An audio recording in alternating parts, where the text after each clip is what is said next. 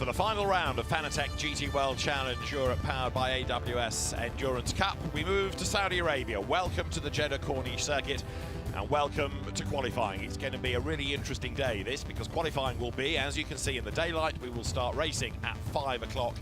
It'll be going dark and we will finish in the darkness around about 11. But by that stage, all the floodlights will be on and this fantastic facility will have a totally different feel. Track temperature, 37.5 degrees. We're approaching 20 to 12 local time here. And the teams are ready to get the first of the three elements of qualifying, the three 15-minute parts underway, with just under 5 minutes before the cars blast out onto the circuit. We're next to the Red Sea, we being David Addison and John Watson. And John, this is quite a circuit. David, it's been a real pleasure to be here at the Jeddah Corniche Circuit. I think it's absolutely fantastic. 27 corners, it's 6.1 kilometers long, 3.8 miles. Third longest racetrack currently in use globally. And everything about it is, well, there's the map. Look, start turn one, very tight into turn one, so careful at the start. Then you go into this long, sinuous section from turn 3 all the way down to turn 13. Turn 13 is a bank corner, helps keep the cars in. Then the longest part of the circuit, the second and third sectors, less sinuous, but watch out for turn 22. Very easy to overrun and get a track limit penalty there. Likewise 24, but not so difficult. And then that final run through 25 down to the final turn at 27. Very wide on the entry, so lots of opportunities for drivers to be creative about overtaking. Overtaking is an endangered species in motorsport. We're going to get lots of it here this weekend. It was fascinating to watch the GT4 race last night to see where battles can develop, where you can overtake. And although it is billed as a street circuit, it is a permanent track on, if you like, the foundations from old public roads. But it is Formula One width, and there are some very, very wide sections where you can certainly overtake. There are also, and it's odd for a street circuit, parts of the track where you have to think about track limits. And there are a number of places, and we saw a lot yesterday, turn 11 being a real key part of this, where people go wide and a lap time is cancelled straight away. So at certain parts there's all this width, at others there's the concrete either side. Yeah, the issue with turn 11 is not so much turn 11 in itself, it's the exit of turn 10. And turn 11 sort of cuts back into what would be the natural line you would take out of turn 10. And consequently, drivers have been running 2 wheels up the curb, which is fine. But if you get all 4 wheels to the right of the curb at the exit of turn 11, well, then you will find yourself getting a track limit penalty. And it's not necessarily always you, it'll be the car that gets the penalty. So you may be innocent, you may have been a good person, a good racing driver, and not transgressed, and your teammates might be a right load of hooligans, and they're the ones that are getting all the penalties. And in the race, that won't reset, because it's only, in quotes, a 6-hour race. There's a car that was repaired overnight. Fabian Schiller put number 2 hard up against the wall yesterday on his first flying lap of the pre-qualifying session. So the Get Speed team has had to work really, really hard to get that car sorted out for today. You can see the little bit of damage still there, the tape across the rear, but that was where all the damage was done. Broke the right rear suspension, and Fabian Schiller somewhat red-faced, but the car is good to go. 3 drivers to a car, 1 driver per 15-minute part of this qualifying session, and we're going to be underway pretty shortly. Thomas Neubauer was good in the pre-qualifying session yesterday. But this is always going to be a real challenge for the drivers, because you've got, in 15 minutes, relatively little time to do multiple flying laps, and you've got to be absolutely not only on the money, but error-free. Yes, and error-free, particularly about being careful with track limits. If you get 1 track limit penalty, then that could be a lap spoiled. So everybody is going to have to be on their toes. Now, what we have seen over the 2 days of running may not represent what we're going to see in these 3 15-minute qualifying sessions. Some teams may have been deliberately running a car in more of a race setup, more a race context. But for this, or these 3 15-minute qualifying segments, this is get the car trimmed out, maxed out on all the elements, because obviously at any race, being nearer to the front helps you both at the start, but also there's always that midfield pack scrap that goes on and into turn 1. It's a tight entry to turn 1. Again, easy to overrun in the middle of the corner, cut the inside of turn 2. That can lead to another penalty. And then once you exit turn 2, then you get into this long, sinuous part of the racetrack, and then the field can begin to spread out. But everybody will need, in qualifying, just to find, where possible, clear air, not to get involved. Don't get involved in trying to dive bomb somebody into turn 1 and then overrun. Just use your brain. The session is live, relatively few takers. We've had 3 or 4 cars go out, but the majority is still not only sitting in the pit lane, but not even yet with wheels on. So trying to time this absolutely right, maybe just do 1 lap and getting clear track space. So the cars are able to be on track, but just not many have taken the opportunity. Well, another factor is that the track has not been in use since last night when there was a GT4 event. So tracks change, you know, the track sort of settles down. It may need a little bit of time just to get the race line back to the level it was last evening or through the day when we had GT3 running as well, the pre-qualifying session. So teams are reluctant to go out, and I would also imagine most of these, certainly the front-running teams, will be running with brand new sets of Pirelli tyres. The tyre has got a very clear peak, and you want to hit that peak, so you don't want to use more than 1 set of tyres in any one of these 15-minute qualifying sessions. So teams are going to be sparing with the tyre allocation they've got, and therefore they're going to wait and let the others go out, maybe the teams that are less likely to be challenging for the front few rows of the grid. There's the car that leads the overall championship, number 007 Aston Martin, or 007 if you prefer, or Matthew Drudy, Nicky Tim and Marco Sorensen. Raffaele Marciello is set for number 46 for the opening stint. But as I say, relatively few have gone out. You can see there's not a huge amount of urgency around some of the cars. No, I think, David, it's about going out 1 run, hoping that you get a clear opportunity, clear lap, and you can nail it. So there's one of the Retronic Porsches. So there are, we've got about 8 or 9 cars on track presently. But of that, none would be what I would describe as a potential pole position setting car. 97 Dustin Blattner at the wheel of the Retronic Racing entry, goes through. And there you've got treble 7 Al-Faisal Al-Zubair as well.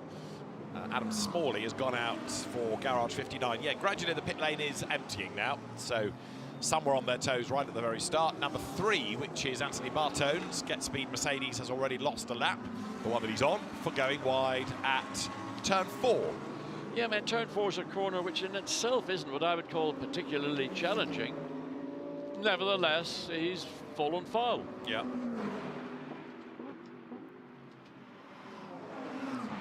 Turn 4 is the corner that actually leads into this sequence of 5, 6, 7, 8, 9, 10. So you're coming off turn 3, there's a short straight down into turn 4. It is a fairly acute left-hand corner.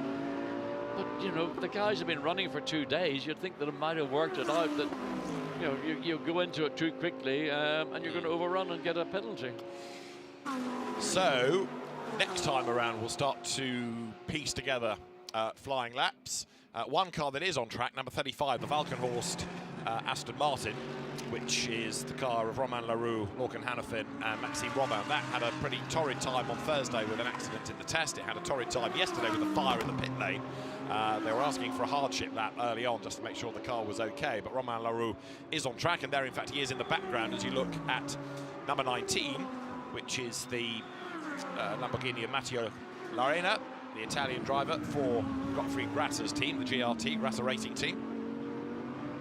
Coming up then out of turn 22, that sharper, heavy braking zone left, and all the way now with the speed building once again down towards turn 27. 27 corners. Okay, some are gradual, some are kinks, but it's all numbered up towards 27. There's a lot in this lap.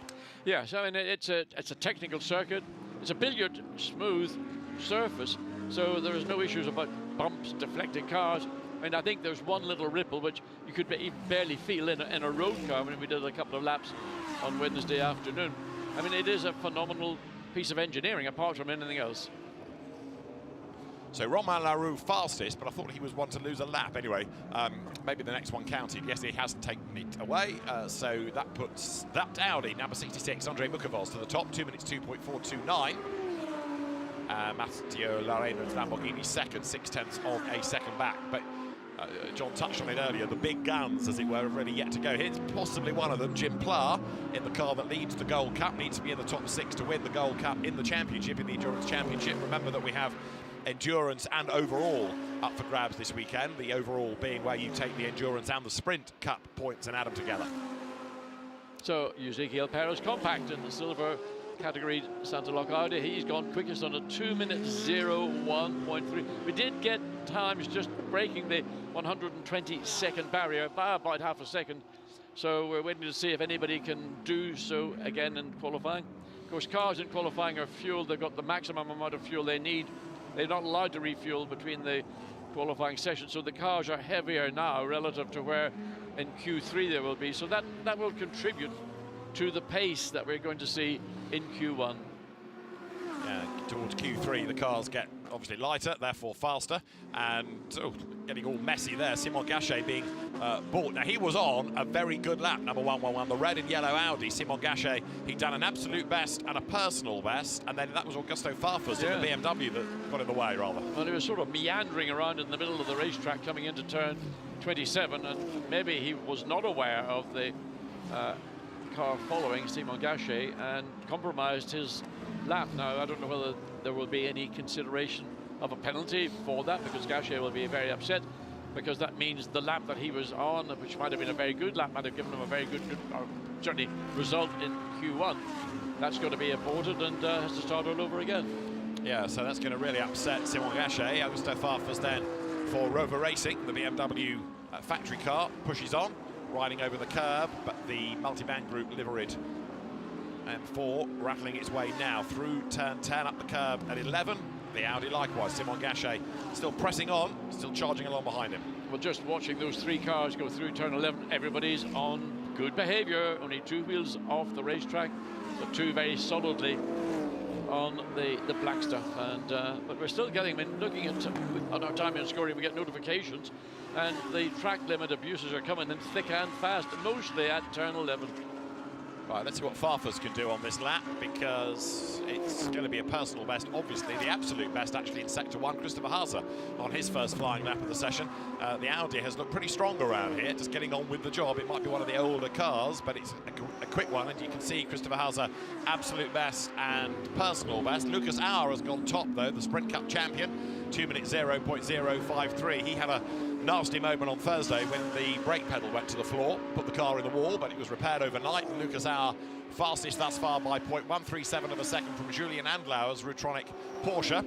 We'll see what Christopher Haase can do at the end of the lap as well, as there he is. So number 99 Audi heads up towards the timing line. Anything below 2 minutes right now would be really, really good. And Christopher Haase heads up towards the timing beam, goes through now, and he does a 1:59.564. That puts him top by nearly half a second. Well done, Christopher Haase. Farfus goes sixth. Yes, good run. Christopher Haase ticked all the boxes, got all the, I call them the clipping points. So he goes to 46, slightly inhibited by the Aston directly ahead of him. He will get a small aero draft coming down this start-finish straight, but I think he would have been happier had the Aston Martin not been there. Will that impede his potential? Well, the quickest BMW still is Augusto Farfus. And where is, was that an outlap? Maybe that was an outlap for Raffaele Marcello. That's Lucas Auer just cutting through on the inside. He's down to sixth now. Archie Guben has just gone faster. Alessio Rivera in number 51 Ferrari, briefly the fastest. Then Franck Pereira goes quicker still in the car that topped the times in pre-qualifying yesterday. We're down to a 1:59.340 now. Franck Pereira fastest. You were asking about Marcello, weren't you? Yeah. 20th fastest he is. That's not representative of him or the car, but the time Franck Pereira has just established. There is Franck Pereira in his Audi, Audi in his Lamborghini. It's got an Audi engine, of course, so Freudian sort of association. Franck Pereira's time, the quickest single lap we have seen all weekend. So again, the benefit of a car being set up in a qualifying context, still a fair load of fuel on board, so that car potentially is capable of going even quicker in Q3. But Alessio Rivera in the number 51 Ferrari, fastest overall in Sector 1 by just under 0.2 of a second. We have news of a spin for Jim Pla, number 25, who is 17th. He's spun and rejoined at turn 8. As you see here, coming through turn 16, Franck Pereira and Alessio Rivera, as John was saying, absolute best within the first sector. We await his arrival at the end of the second sector. Pereira trying to respond, but he's 3,000 slower within the first. It's a personal best. That's Rivera down in the middle sector, up the curb at turn 22. Yeah, and he's down a lot more. It's 0.2 of a second down than what he would have gained in sector 1, so that will be a disappointment. Whether that was a problem for the driver of the car or whether there's a third party involved. And he was compromised coming into the final turn. So can he claw back some of that pace that he lost in the middle sector and put a challenge on Frank Pereira, who's gone, has he gone even quicker at 59.3? So Rivera to the line, and he goes through, and Alessio Rivera stays second. That was a slower lap, 2 minutes 1.078 from Pereira heading up towards the line. And as Pereira goes through, a 1:59.340 remains his best. He was slower last time around as well. Halser still third on a 1:59.5. Then you've got Simon Gachet fourth, Lucas Auer fifth, Ian Guven is sixth, seventh is Klaus Bachler, eighth is Ralph Aaron, ninth Loris Spinelli, 10th Julian Andlauer. A time I'm surprised at is Dries van Voor, a late starter in this session, only has completed his first flying lap, down in 27, 2 positions behind Raffaele Marcello in the sister car in 25th position. So for BMW presently, they're not looking as if they got the pace of other competitors. Augusto Farfus in the Rover Racing number 998 is 12th overall, and he is pretty much comfortably the quickest BMW. Second place is the 911 with Tony Sowery in 18th position. Yeah, Toby Sowery and the Darren Lund, Jake Dennis shared car that runs in the Bronze Cup. Thomas Neubauer in the meantime looking quick here, isn't he? Number 71 Ferrari, except that he junks quite a lot of time in the middle sector, wide at turn 22, as so many are, wide over the curb. So Neubauer's good start to the lap has certainly unravelled in that middle sector. Yeah, and currently we're not seeing any further purple sector times popping up, which again is an indication that the single lap maximum potential performance from the Pirelli tire it's over.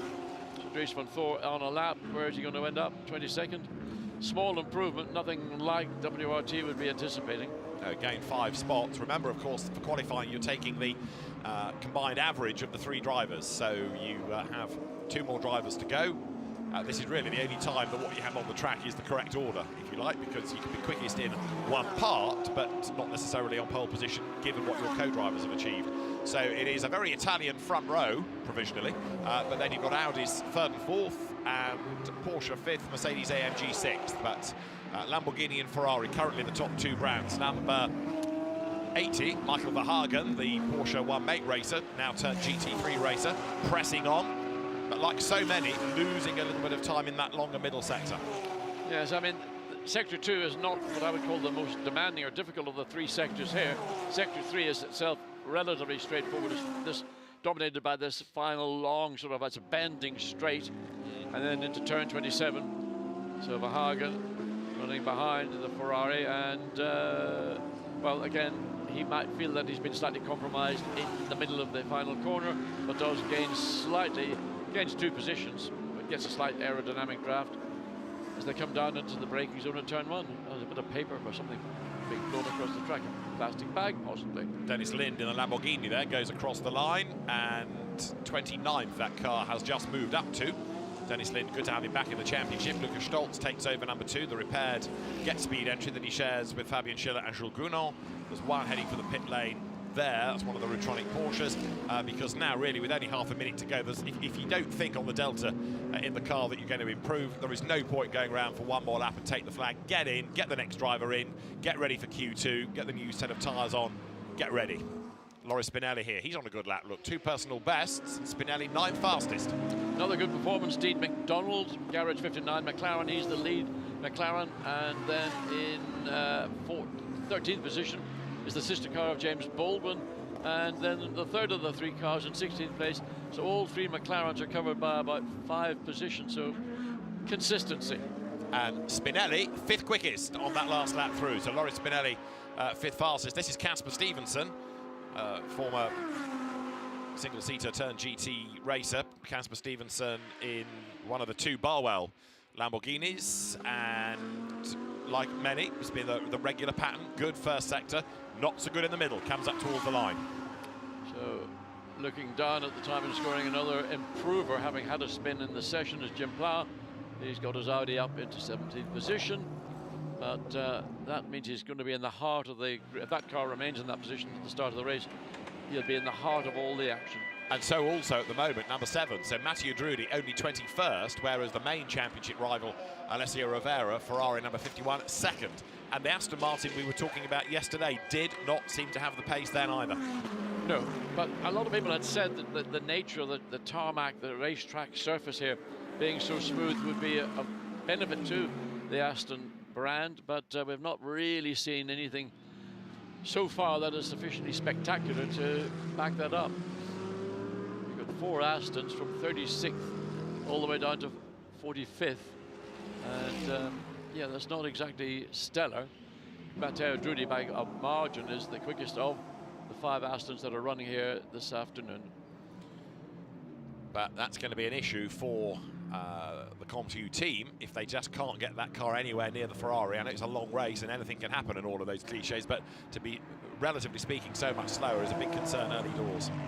Another surprisingly slow lap was from Lukas Stolz in the number 2 Mercedes down in 23rd. I mean, you have to look up and down the timing and scoring because it does change pretty rapidly, but there are a number of names, car partnerships that are well and truly, I would say, out of what normally would be their sort of qualifying positions.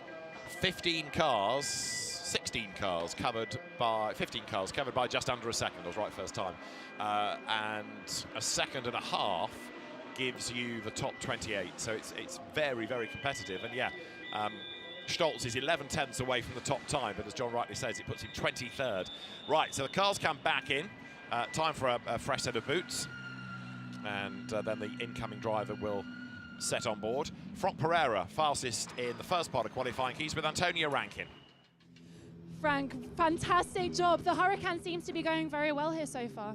Yeah, it's, you know, first of all, it's amazing to be in that kind of track. I think it's really a great experience to drive in kind of a track. I don't know if we've been again here, you know, but it's really, I really enjoy. And on the team and the teammate, we are doing great job since the beginning, and I think the car it's quite good in that street circuit, you know. And now we are trying to make the best. We know that we still have a chance to win the championship. So at the moment, the goal is just to focus on each session that we are doing, to fight for the best we can, and then we will see the result final. But yeah, it's good to set the first Q1 because it's never easy, you know, to start with the fuel and everything. And today is quite hot, so yeah. Really happy, but now we still have to.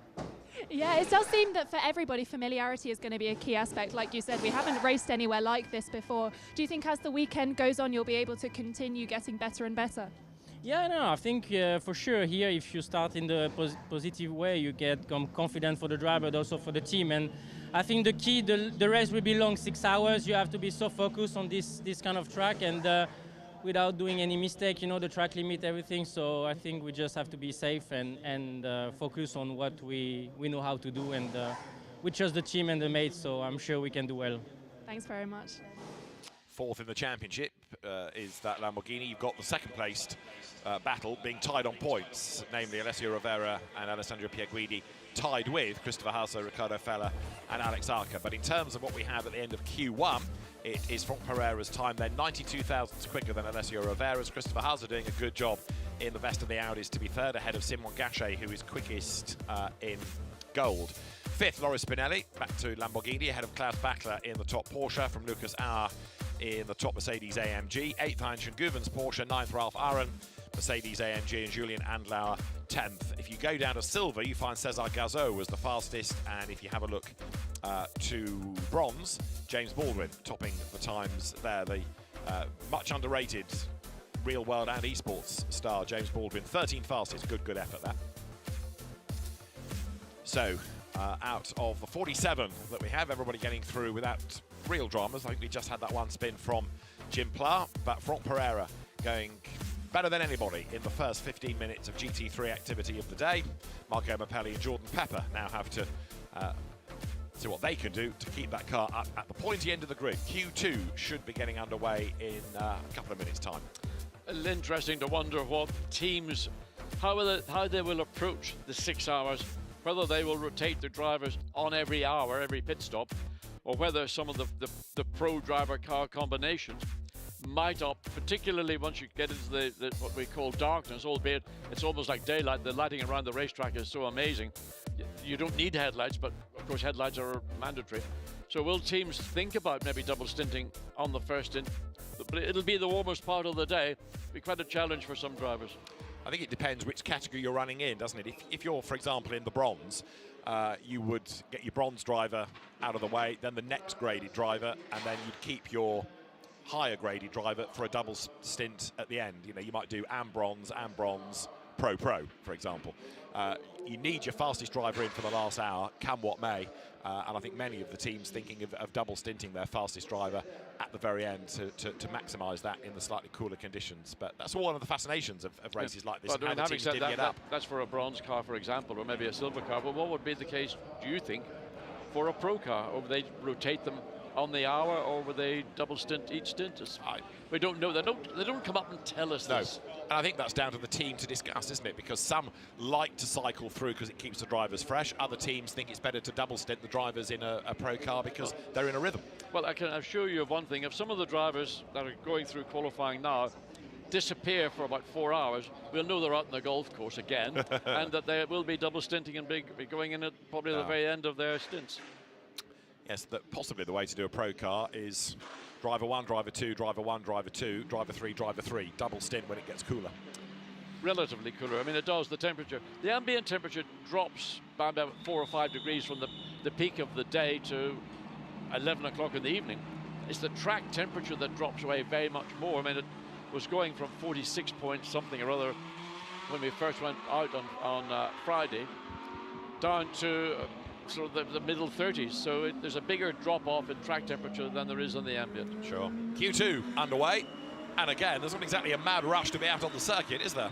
One car, I think, has just left the pit lane. The other teams just biding their time. Out there goes the distinctive Kessel Racing blue Ferrari of Nicola Rossi, Nicola Schiero and David Fumanelli. That's another car that runs in bronze. And that, number 163, is the fastest car thus far, courtesy of Franck Pereira. Yeah, and Marco Mappelli behind the wheel. So he will do that middle stint, and then Jordan Pepper, who again very impressive in his moments behind the wheel yesterday. So, yep, so that's got to be a car that you'd think is looking strong for a pole position. But 6 hours, we don't know what's going to happen here in a 6-hour race. There's never been a 6-hour endurance race at the Jeddah Corniche Circuit, so it's all new territory for everyone. 007 007 needs to find something. Marco Sorensen will go next for Comedy Racing, the championship leaders overall. And it was a frustrating period on track, certainly, wasn't it, for Matthew Drudy in that earlier session. They're going to put Nicky Tim in for Q3 when the car is lightest. That might give us a better indication of what it's capable of. That said, it is, of course, working well as a team that is all part and parcel of endurance racing. And if you take the average of the 3 drivers, you may well find that with their combined efforts, they're further up, having been able to be consistent rather than yo-yoing and peaking like some of the other teams. Yeah, I mean, if you get one manufacturer, one team is quickest in all 3 sessions, well, they're going to be in pole position. But frequently we have seen where we've got endurance events that over the 3 qualifying sessions, somebody who may not be quite at the event in session 1, that car, rather than the driver, the car may find themselves much more up the starting grid ladder than would have been initially the case. Well, they're going through is number 19, Loris Cabirou. We've also got there in the Kessel Ferrari, Nicola Schiero, and Kobe Pauwels for 26, Santa Luc Audi.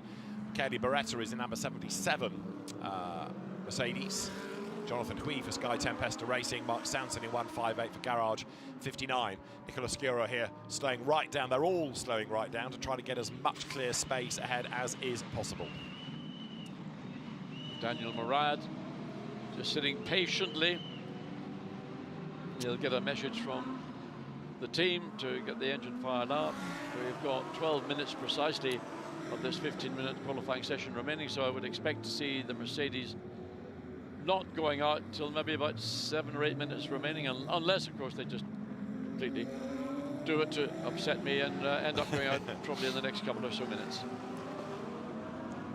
There's an element of herd mentality, isn't there? Everybody sits in the pit lane with a plan, and then the more cars that go down the pit lane, it almost triggers others to say, right, we've got to go now, they're going, we need to go. But WRT are sticking to their game plan, and not yet releasing number 46. Maxime Martin looking as though he is going to go next. So we'll get lap times up shortly. The 46 BMW winner in sprint at Misano back in the early part of the year, back in May. And drivers on their first flying lap of Q2. So Mark Sanson goes through for Garage 59. And there you can see the slight perils of traffic coming out of the pits as you're on a flying lap. Yeah, the exit of the pit lane is at the exit of turn 2. And if a car is on a flying lap and running, as it would naturally do, out to the outside of the corner, and another car is leaving the pit lane to join the racetrack, it is a pinch point that drivers, some of them will be compromised by. Sometimes you might hope if a car is leaving the pit lane, it might be able to see a car in the middle of turn 1, turn 2, and just back off momentarily, not to impede it. But you know, that kind of scenario doesn't happen to, I was going to say etiquette, but let's say scenario. Louis Pret, the Stefano Otelli managed driver for Garage 59. So now, of course, we will be getting to a point where we will have the times and an order from Q2, but we'll also have a slightly different order, which is the grid, the combined average of the drivers. So we have both aspects now to factor in. So Nicolas Sciero has just done a 2-minute 0.964, but the average of number 8 Ferrari is 2 minutes 2.055. So what you have on your graphic on the screen with the pictures is the grid order, if you like, taking into account Q1 and Q2. That's the average. But in Q2 in isolation, Sciero fastest 2 minutes 0.964. Jonathan Hui now goes top overall, 93. It's the Sky Tempesta Ferrari that was briefly quickest. Now Kirby Powell's number 26 Audi goes to the top, but that's all going to change as more and more Q2 drivers put a lap time in, so there's a proper comparison and a proper aggregation. Yeah, we look as if we've got pretty much everybody now out on track. Some are just leaving the pit lane, some have gone back into the pit lane, but pretty much everybody has commenced. We've got just 9 minutes of this session remaining. Still, well, that was a very good lap by the Audi, the 26 Audi, 2 minutes 0.5, considering it was the first flying lap for the car. And yet again, you'd expect, looking as Thomas Drouet, I'm looking at in his number 9 Mercedes, purple sector in sector 1. So that's looking like a pretty quick car at this point. Expect that car when it completes its lap, which is going to be in another moment or so, to head its way up towards the quickest of this second of qualifying. Laurin Heinrich's Porsche looking good, and behind is Paul Everard, on whom the clock is running. So number 25 Audi, the Gold Cup Championship lead car, goes second then. So Paul Everard up to second fastest, briefly. Two minutes 1.596, the best lap that Everard has done. And that puts the car second on aggregate. Kobe Powell's Audi, so he's ahead, so it's a Santilot 1-2. Right, Sven Müller. We've not really talked very much about Sven this weekend, but the very fast Porsche specialist, personal best within the first sector. Loris Cabiru's Lamborghini has done an absolute best in the middle sector, and Dennis Marshall's Porsche going even quicker than Sven Müller now in sector 1. But Müller, with not too much traffic to worry about here, going nicely.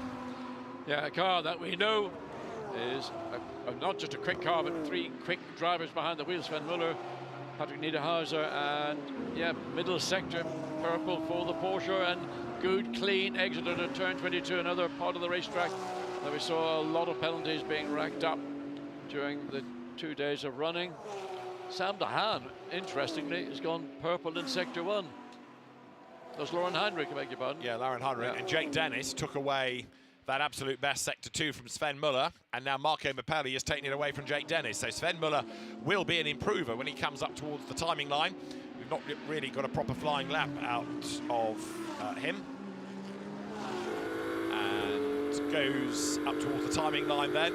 Sven Müller fastest. Now 2 minutes 0.285. Number 96 Porsche goes top.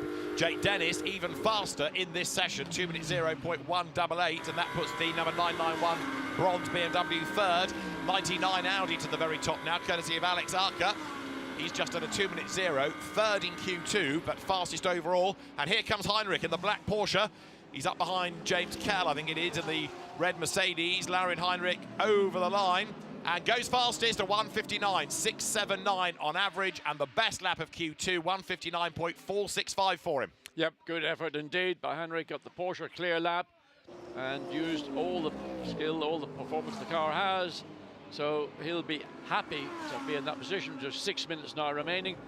Caldarelli, Andrea Caldarelli, also on a quick lap. He's up to third in this session.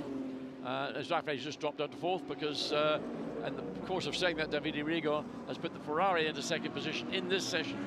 And Jules Gounon has gone third, which puts him fifth. So third Q2, fifth on the average combined.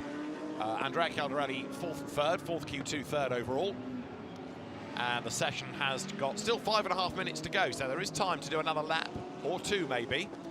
Sam Dehane you are touching on, he's not yet done a proper lap. There are quite a few that haven't done a lap. And one car that might be in strife is the Ford Mustang. The team Proton Competition asking for the technical team to go to their garage. The Ford Mustang may have a drama. Right, on board with Jake Dennis. Yeah, just marginally keeping the car within track limits at turn 22. Now this run through 25, 26, and then the big break as you come down into the braking zone. The circuit here very wide, wider than other parts of the racetrack. Stays right to the right of the circuit, then gets the nose in, just guides it in, lets the car release and runs as close as you can get to the barrier on the outside without making contact. So waiting to see whether Jake Dennis has got any further performance. That middle sector was down, and look at the last sector, so unfortunately nothing there for the bit. But Davide Rigo is the Ferrari that is absolutely flying. Two absolute bests then. Sectors 1 and 2 going his way. Rigon can't win the championship, but he can help his two co-drivers to win it. So he, as ever, plays an important team role here for Ferrari, of course. So this is turn 27. Not quite a hairpin, but pretty close to one. And Powell's out the other side. He's got the Mercedes AMG number 48 by the look of it, just up the road. He's heading towards the timing line. And is this going to put Davide Rigon then up to the top? Yes, it does. Goes fastest on average, 1:59.391. And in Q2, he's the fastest on a 1:59.351. Caldarelli to the line. Third fastest. Number 63 Lamborghini, third on the aggregate then. Still need a time out of Esteban Mutt in the Mercedes number 10 until Bechtolsheimer's Barwell Lamborghini number 78. 3 3/4 minutes of Q2 remain.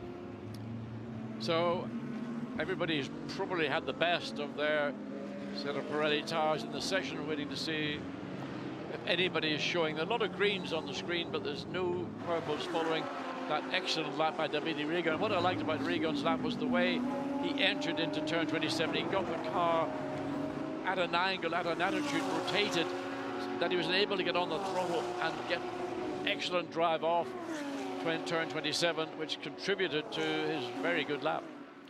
Little battle on track going on here. Lorenzo Petresi's Tresor Attempto Audi coming under attack from the Dynamic Motorsport Porsche. But 88 Audi of Petresi, only 18th in Q2. And needing to find a big chunk of time, therefore, to move up on the aggregate. Over the line goes Petresi now. And 18th he remains, I'm afraid to say. This is Louis Pret for Garage 59, who on the first of 2 race weekends in the Middle East, because in a fortnight they're taking part in the Gulf 12 Hours. A number of the drivers go from here to Malaysia next week for the opening Asian Le Mans Series round, and then 1 or 2 are on Gulf 12 Hours duty the week after that. So the season kind of never ends in GT World. Louis Pret goes through, and 10th that car now is on aggregate. Daniel Morad on the 48 Mercedes, all the way down in 27th, and that's an improvement on his previous lap. So there's a car that will, again, would assume normally just going to go into the pit lane now to be a front-running car. The combined first and second. Let's have a look and see where that car is overall. Can you look, David? You got the screen in front of you. 13th Yeah. on the average. Yeah. So at the end of 7th. Yeah, 6th row of the grid. Right, this is Sheldon van der Linde for WRT, number 32 BMW, going over the line. We understand that 158 Mark Sanson hit the wall at turn 17 and has continued, but that may well be bound for the pit lane. So 158 has had contact. Sheldon van der Linde went across the line, 16th in this session. And where does that put number 32 on the average, only 22nd. There's the Mustang, which had real dramas, it seemed, with the bite, with the traction yesterday. Yeah, they were doing things to the rear geometry to get the car to rotate, to turn. So part of that was actually they did a trick known in the trade as give the rear tyres or rear wheels toe out, which is a mechanism to help the car turn. But currently in this session, Fred Verviche behind the wheel, only 36th quickest, and currently looking at the overall position, not within the top 25. No, there's certainly more to come from that car. Christopher Mies, Ben Barker, the other two drivers. We've got the Dynamic GT Porsche in, and we've got the Retronic car over the line. Interesting how quite a few seem to be hugging up against the pit wall as they come onto the pit straight. That's Daniel Morad, Moradness, as it says on his crash helmet. Daniel Morad heading up towards the timing line. He's going to have one final push. Is he here? Up towards the line he comes then. It was good in terms of green and green in the sectors, but lost out in the last sector, so the lap was actually slightly slower. Vincent Abril in the 71 Ferrari AF course entry, coming into turn 22, and has got purple by a small margin, but the second sector lost all that he had gained. So is there anything remaining? This is the easiest of the three sectors. The turns are basically gentle turns. Once you've gone through turn 24, they're all very gentle, and it's only about getting the car down. Just do your braking in a straight line, get the rotation organized, then hard on the throttle, drive the car off the corner, and just try and pick up 100 RPM over your previous best. It's not an awful lot of RPM, but it makes a difference in overall performance. Abril, one of the first, if not the first, to take the checkered flag. His session at an end, and Vincent Abril 9th at the very end. Make that 10th, because Maxime Martin has just gone ahead of him to be 8th in the session. Vincent Abril 12th provisionally on the combined average of Q1 and Q2.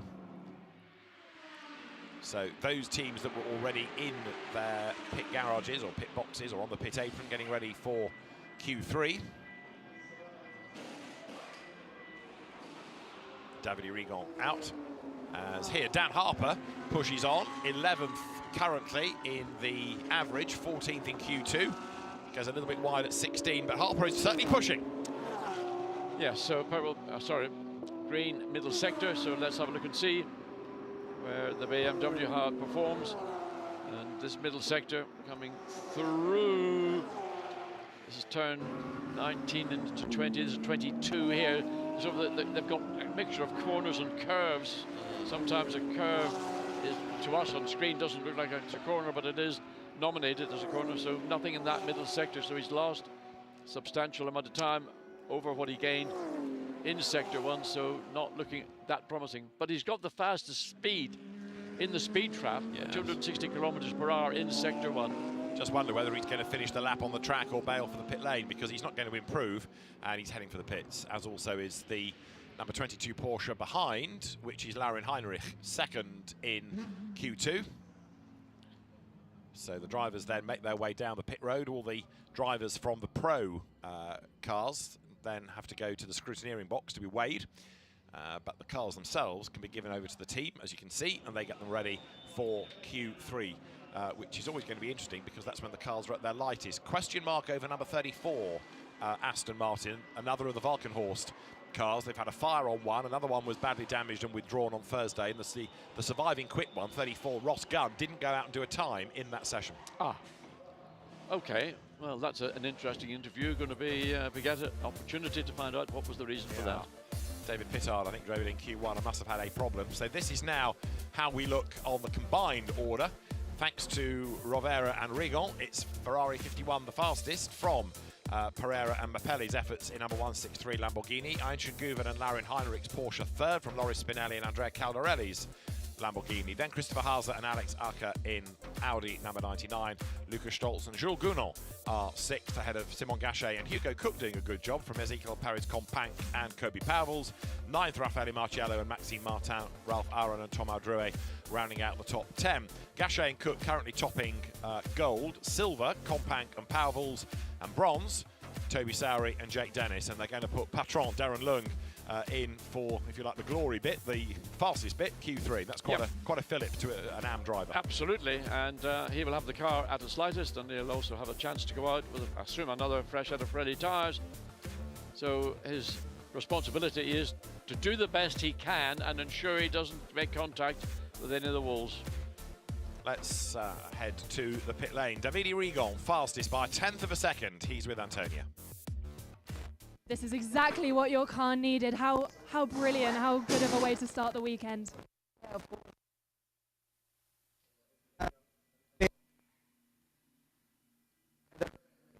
Traffic.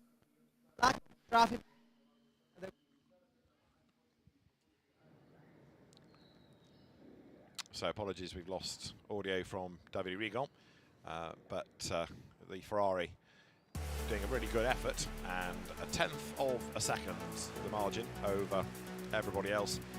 That's Alessio Rivera from Q1. You can see how hard he was pushing going up through turn 2, riding the curb, and that is the car that topped the first part of qualifying, is now second on the average, and it is going to be Jordan Pepper, fastest in pre-qualifying last night, who takes it over ready for this final part of qualifying that is due to start in about 3¼ minutes time. So new set of Pirelli tyres to go on. Jordan Pepper, Lamborghini factory driver, getting ready to jump on board, and so threads his way into the cockpit. It's quite an art, David, to get into a GT3 car these days. There's, apart from the roll cage, there's so many other accoutrements which need to be attached to the driver, and some of them, I don't know if they're wearing cool suits, bearing in mind we're in a very warm climate in an enclosed car. Certainly Sector 1, the work rate is quite high. There'll be a lot of lateral loads going through the middle part of that Sector 1. So yeah, some drivers may prefer to use it. So Q3 is going to be our final 15 minutes of activity before we get to the race itself. Remember, it's a 6-hour race to round out the championship, and as a consequence of that, greater points on offer. 33 for a race win here. Public roads to the side of the circuit at turn 16. You can see the Red Sea in the background. It's an amazing backdrop here in the day. It's an amazing backdrop at night as well, when everything is lit. It looks glorious. I mean, I love being by the sea. I love the sky, the sea, the light. And of course, you've got a stellar racetrack, a very quick racetrack indeed, challenging in different sectors. Sector 1 principally is the downforce sector, then Sector 2 and 3 are more of a straight line performance rather than the downforce, so you can decide to shed your downforce and try and capitalize on those final 2 sectors, or you go with the downforce and take a small loss in terms of ultimate top speed. But if you go the downforce route, it is inevitably going to be the quicker way to do a quick lap. It's just when you go into a race and then you find yourself behind a car that's got low downforce and you've got high downforce, it is not easy to find a way around. Right, can Nicky Team deliver? We didn't even mention 007 in Q2, other than seeing Marco Sorensen getting ready to go. The car has just not come alive yet. Is this a Comtu plan to just get a car that's going to be good over a race distance, or are they genuinely struggling for pace? I'm leaning more towards struggling for pace, I have to say. David, I think with all your years of experience of GT3 commentary, I think you might be correct. Right, there is the 777 Michael Grenier to be driven. Almanar Racing by Get Speed Mercedes AMG, the Canadian driver who came back into racing in Europe in Lamborghini Super Trofeo a good few years ago, and has moved to the Mercedes factory squad since then. So the fast lane is open. That means that the cars, if they wish, can go to the end of the pit lane and queue. That means that you're in that first gaggle to get out on track. But as we've seen, other teams quite happy just to hang on to the cars for a minute or 2 or 3 or a lap or 2, and then send them out and try and manage the traffic, manage track position accordingly.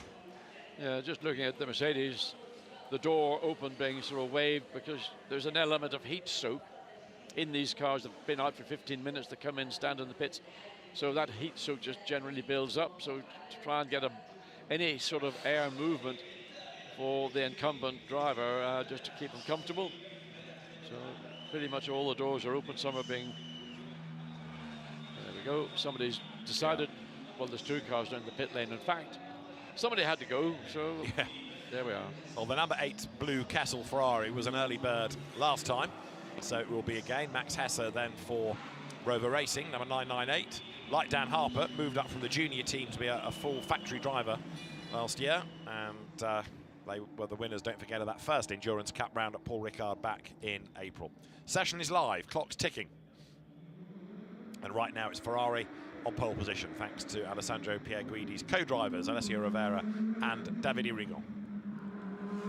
Yeah, it's a very sort of on busy pit lane, just waiting for the moment, as you say, David, the herd mentality. Once you get 2 or 3 actually of the big hitters starting to move, then some might say it's a bit like lemmings as well.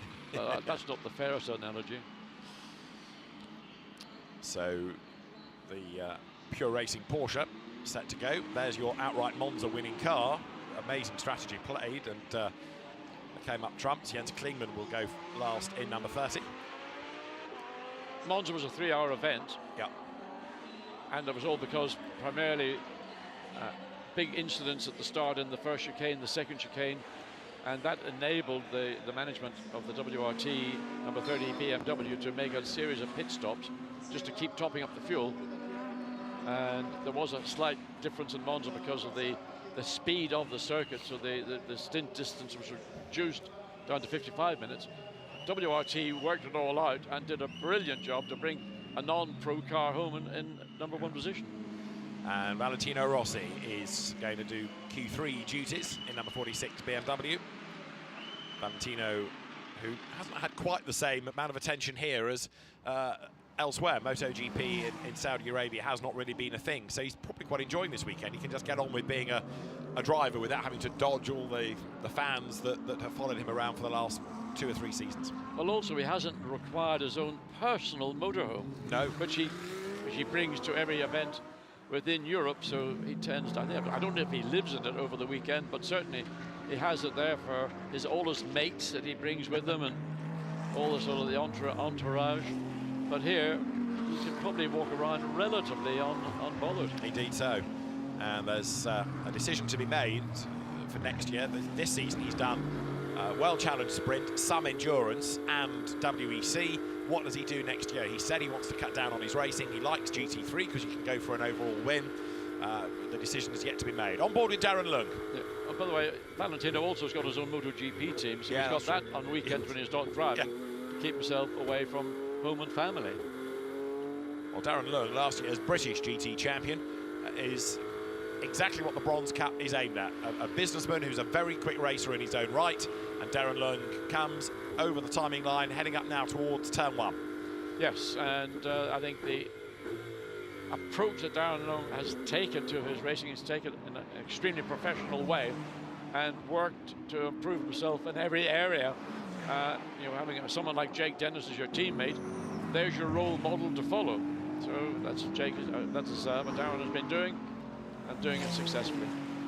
Chris Froggatt takes over number 93. This car leading the Bronze Cup within the championship, even though they haven't had a class win all season. It's been banking points, banking points, banking points.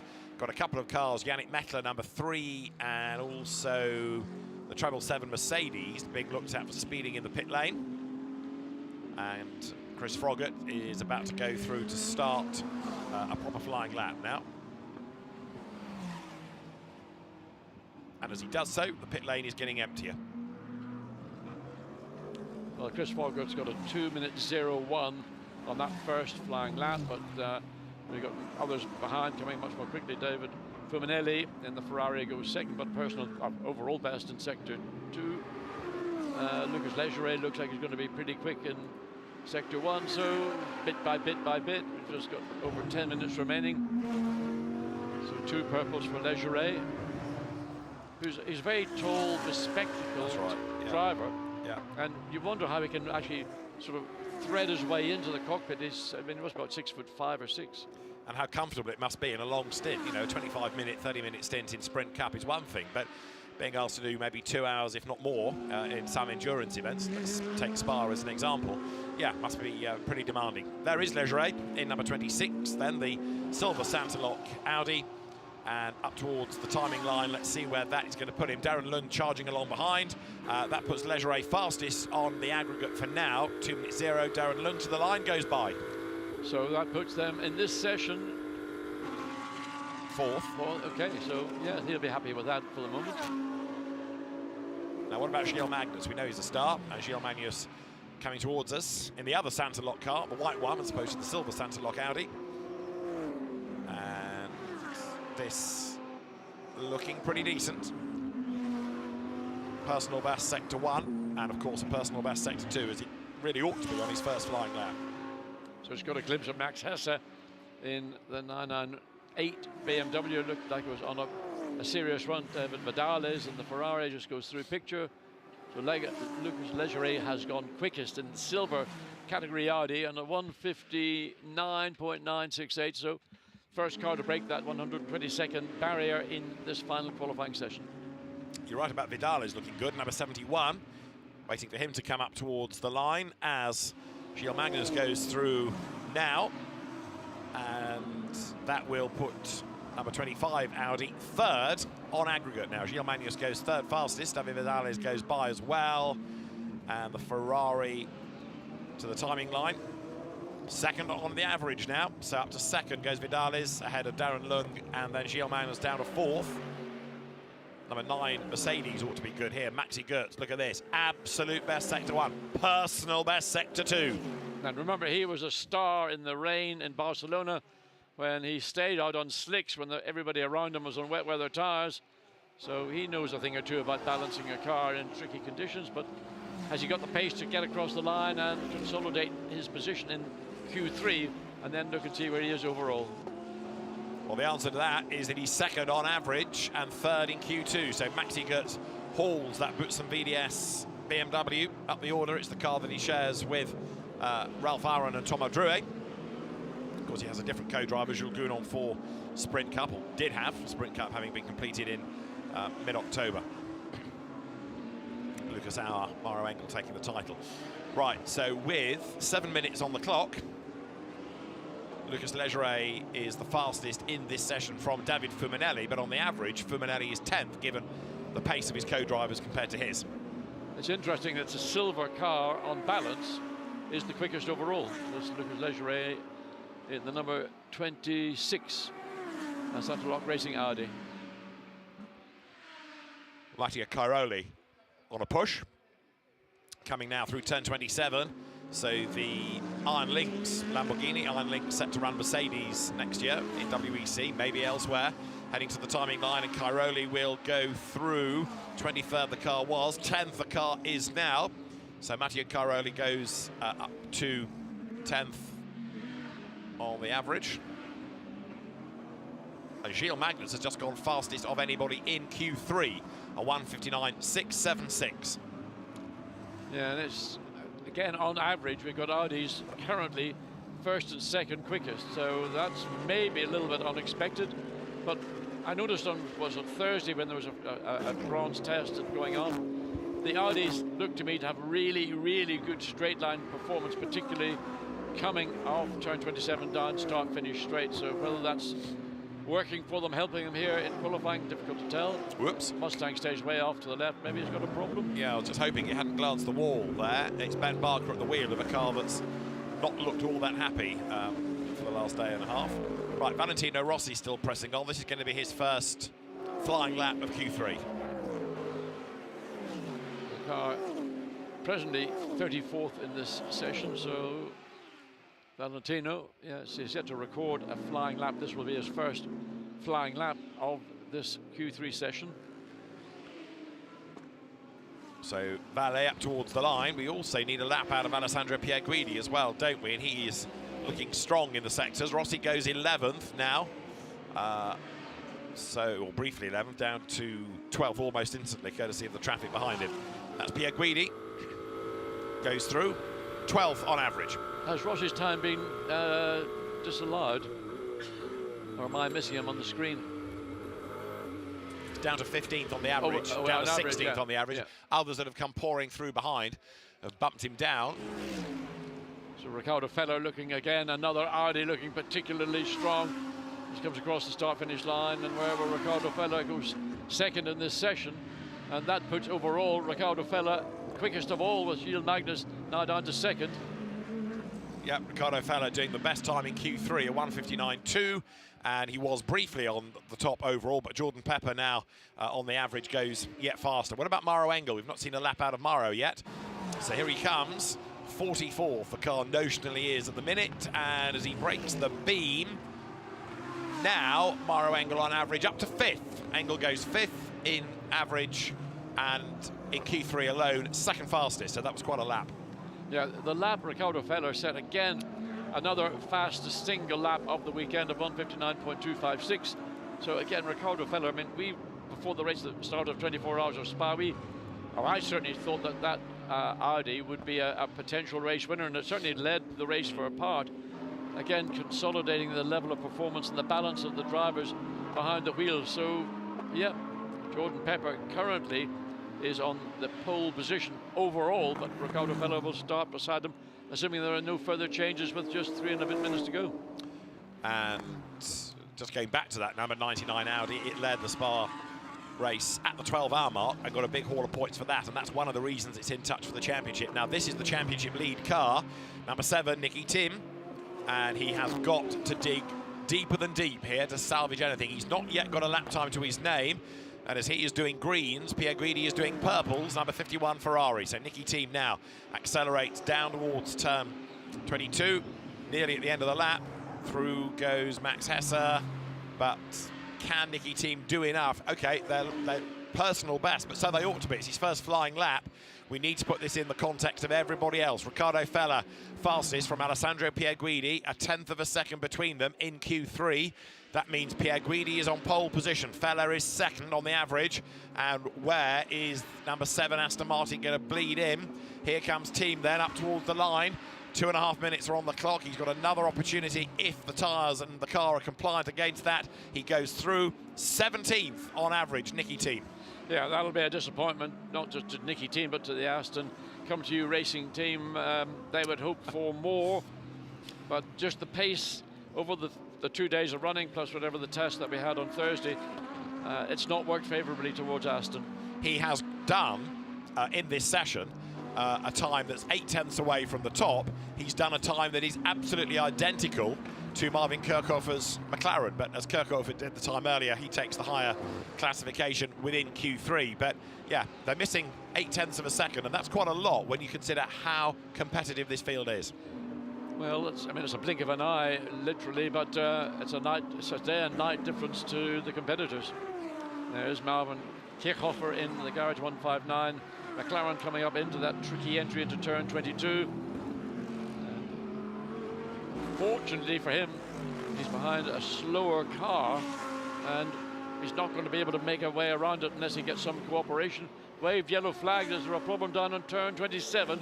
So everybody's going to back off. Certainly Kirchhoffer cannot pass under waved yellow flag unless there's a green flag has been flown subsequently. We didn't get to see a green flag, but we did see the waved yellow, that's for sure. But no more waved yellows after that, so no drama that we could see at the end of the lap. Here is Marvin Kirchhoffer then up towards the line and goes up to 7th then overall, 7th for Kirchhoffer. Yeah, in fact, in this session he's gone 5th quickest, but as you pointed out, where are they overall, McLaren? 188, Kirchhoffer. Okay, 7th, yeah. 7th, yeah. So 5th in Q3, 7th on average, and 71 has stopped. That's why the yellow flag is there. Yeah, but we're not seeing a green flag, which I assume we should do, to indicate that you've gone through that. Well, where is the car anyway? Where is the stopped car? It's a good question. It is David Vidal's Ferrari. So the information is 71 stopped at turn 25. It may have got going again. Yeah. But that local waved yellow flag, and the session almost at an end anyway, the last few seconds. Marvin Kirchhoffer up to 5th, and Mauro Engel 2nd in Q3. And where does that put number 48? Back up to 6th on the aggregate time. Ricardo Fella, fastest in Q3, has just lost the lap that he's on for going too wide at turn 4. The checkered flag is out, qualifying done. Well, that maybe explains why he's on a 59.0. So, I mean, Riccardo Feller has been absolutely flying, as Zazadi has been doing. So Alessandro Pierguidi backing it off on this last lap.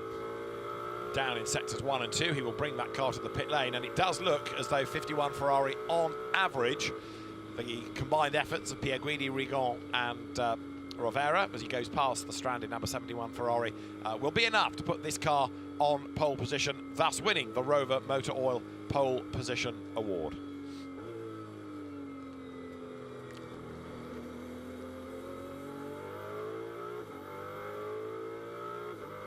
Ferrari howls its way up towards the pit lane to pit in, and so a good effort done by AF Corsa.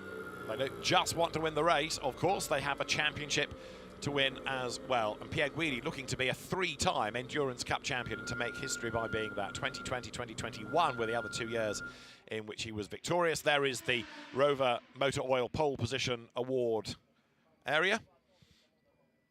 And a great job by the 3 drivers of number 51 Ferrari.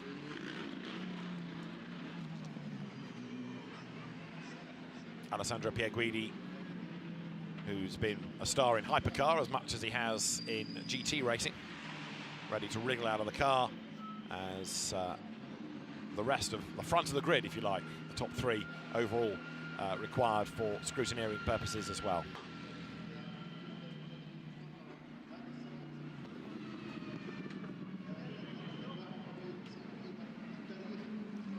What he's diving back into the cockpit to do is clicking some switches.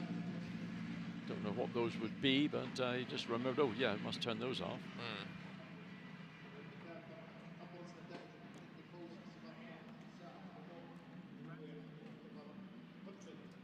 So the drivers then will make their way out of the Parc Ferme area, so we can hear from them, no doubt, in a few moments.